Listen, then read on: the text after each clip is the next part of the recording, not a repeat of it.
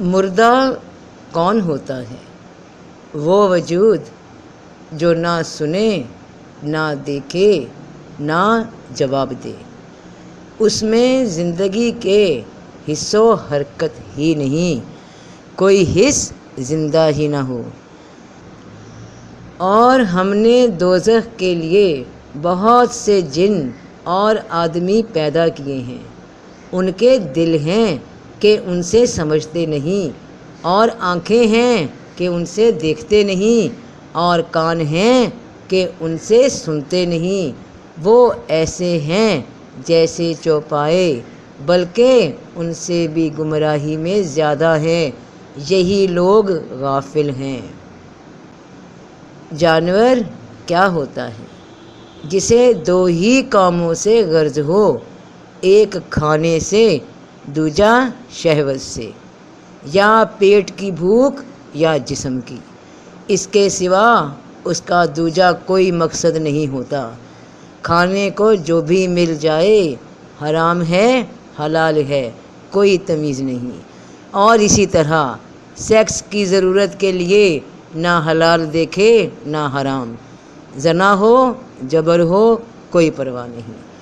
اور یہ حیثیت جن انسانوں میں موجود ہو، وہ جانوروں سے بھی بدتر ہیں، برے ہیں، کیونکہ انہیں انسان بنایا گیا تھا، عقل شعور دیا گیا تھا۔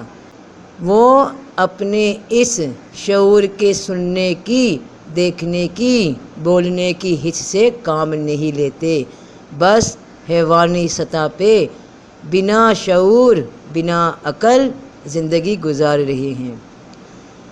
آب حیات کے بارے میں کہا جاتا ہے کہ وہ ایسا پانی ہے جسے کوئی پی لے تو وہ پھر مرتا نہیں، اس کی زندگی طویل ہو جاتی ہے، وہ جیتا رہے گا قیامت تک بھی اور قیامت سے اگلے جہان میں بھی، کیونکہ اس نے آب حیات پی لیا۔ آب حیات موجود ہے، ملتا ہے اس چشمے پہ جس پہ قرآن نازل ہوا۔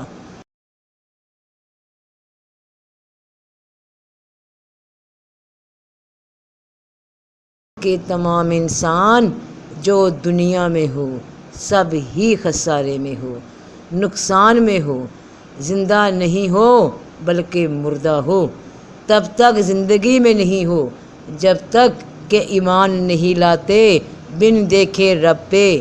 یعنی کوئی مورتیاں نہیں بنا لیتے، کوئی تشبیہ کی شے نہیں بنا لیتے کہ یہ رب ہے، اور رب کو بنا دیکھے ہی رب مانتے ہو، ایمان لاتے ہو ان باتوں پہ جو اس کے کلام میں اترا۔ ایمان لانا یعنی عمل کرنا، اور مرنے کے بعد جی اٹھنے پہ، قیامت کے حساب کے دن پہ، اللہ کی ملاقات کا اگر جس کو یقین ہے تو وہ انسان، وہ بندہ خسارے سے باہر ہے، وہ مردہ نہیں۔ اور جو میرے ذکر سے منہ پھیرے گا تو اس کی زندگی بھی تنگ ہوگی، اور اسے قیامت کے دن اندھا کر کے اٹھائیں گے۔ کہے گا اے میرے رب، تو نے مجھے اندھا کر کے کیوں اٹھایا، حالانکہ میں دیکھنے والا تھا۔ فرمائے گا اسی طرح تیرے پاس ہماری آیتیں پہنچی تھیں تو تو نے انہیں بھلا دیا، جھٹلا دیا، توجہ نہ دی، دیکھا نہیں، مشاہدہ نہ کیا، تو اسی طرح آج تو بھی بھلا دیا گیا، آج تو بھی اندھا کر دیا گیا اور اندھا اٹھایا گیا۔ اور ایسا انسان اندھا ہی اٹھایا جائے گا۔ کیا مراد اس اندھے سے کہ دنیا میں رہتے ہوئے اللہ کی نشانیوں سے اندھے رہے، توجہ نہ دی، مشاہدے کا حصہ نہ بنایا، غور و فکر کا حصہ نہ بنایا، دنیا کی غرضوں میں مصروف رہے، تو قیامت میں بھی دنیا میں ہی غرق رکھے جاؤ گے، اس سے زیادہ کچھ نہ دیکھ پاؤ گے، اور یہ دنیا بھنور کی طرح تمہیں اپنے اندر جذب کر لے گی، جہنم میں کھینچ لے جائے گی، دنیا کی سطح سے اٹھ ہی نہ سکو گے، حقیقت سے اندھے ہی رہو گے، تمہیں وہاں اپنے جیسے لوگ اور اپنی جیسی دنیا ہی نظر آئے گی جیسی یہاں نظر آ رہی ہے، اور حق کو دیکھ نہیں پا رہے۔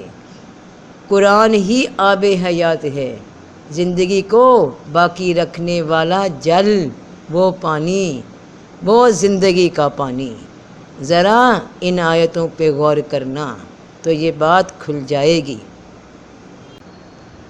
اور وہی ہے جس نے تمہیں زندہ کیا، پھر تمہیں مارے گا، پھر تمہیں زندہ کرے گا۔ اللہ وہ ہے جس نے تمہیں پیدا کیا، پھر تمہیں روزی دی، پھر تمہیں مارے گا، پھر تمہیں زندہ کرے گا۔ کہہ دو اللہ ہی تمہیں زندہ کرے گا۔ اے ایمان والو، اللہ اور اس کے رسول کے پکارنے کا جواب دیا کرو۔ جب وہ تمہیں پکارے تو اللہ تمہیں زندہ کرے گا۔ یحییکم عربی زبان کا لفظ ہے اور یہ فیوچر ٹینس میں آتا ہے کہ زندہ کرے گا۔ تو اللہ پاک فرما رہے ہیں کہ اے ایمان والو، جواب دو اللہ کی، اس کے رسول کی پکار کا۔ اگر تم جواب دو گے تو وہ تمہیں زندہ کر دے گا، زندگی دے دے گا، آب حیات مل جائے گا۔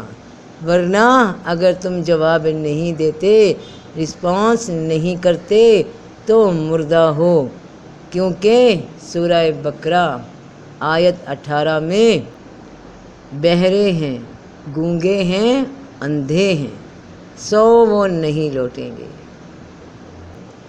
بہرے ہیں، گونگے ہیں، اندھے ہیں تو نہیں جواب دیں گے، اور جو جواب نہیں دیتا وہ مردہ ہوتا ہے، جو دیکھتا نہیں وہ مردہ ہوتا ہے، جو سنتا نہیں وہ مردہ ہوتا ہے۔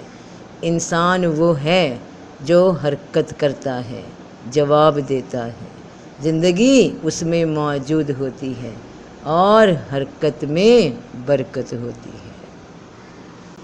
تو مردوں کی زندگی میں جو بھی ہے وہ اس زمانے میں، اس دنیا میں خسارے میں ہے۔ اللہ کے پیغام کی طرف جو انسان نہیں آئے گا وہ مردہ ہے۔ چلتے پھرتے لوگ مردہ ہیں، یہ چلتے پھرتے جہنم ہیں۔ تو زندگی کی طرف آؤ، اس بات کی طرف آؤ جو اللہ نے پیغام دیا، جو اس کے رسول صلی اللہ علیہ وآلہ وسلم لے کر آئے ہیں، تاکہ ہم مردہ سے زندہ ہو جائیں، ہمیشہ کی زندگی پالیں